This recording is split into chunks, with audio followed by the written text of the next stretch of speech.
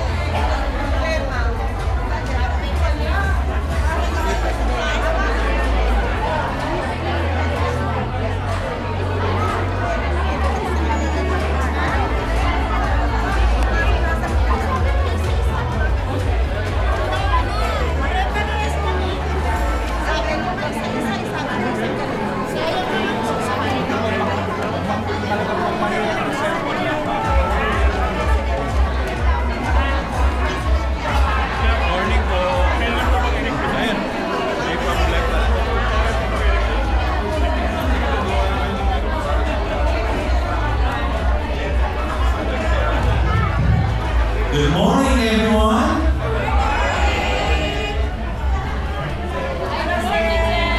Ayan, maraming salamat mga kapatid.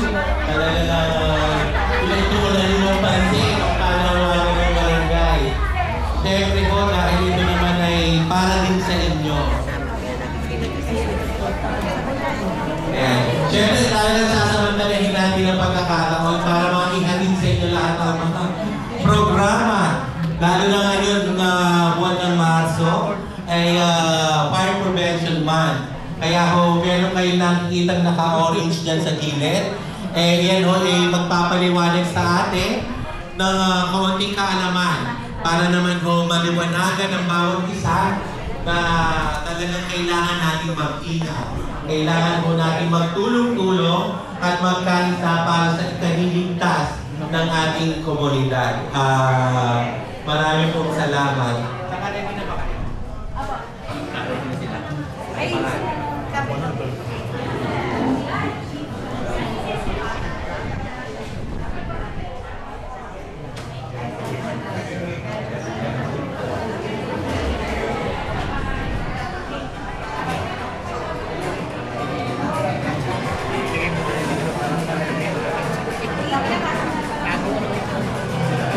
Dalawa.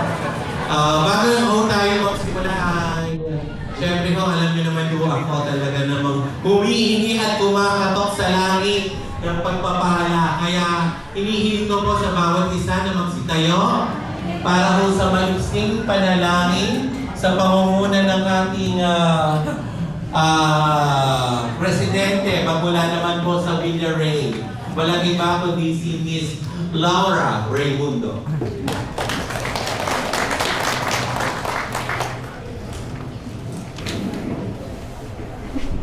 Maganda pong umaga sa lahat. Sige po, tayo po ay yumuko at tayo po ay idulog po natin ang talakayan ito sa Panginoon.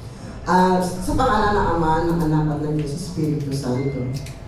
Dakilang Diyos, kami po ay nagpapasalamat sa iyo sa umagang ito, sa magandang panahon, Panginoon, sa kalakasan ng bawat isa na pinagkaloob mo sa akin.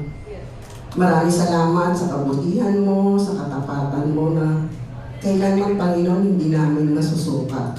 Lord, patuloy nataas namin sa iyo ang on-site talakayan na ito. Manguna ka sa amin, ang iyong banal na presensya, ang siyang maramdaman namin at patuloy na mabuksan ang aming puso at isipan, Panginoon, sa aming mga maririnig. At nawa ito ay mai-apply namin, Panginoon, sa pang-araw-araw. Lord, puloy mo kami ng karunungan sa araw na ito, lalo na ang aming speaker.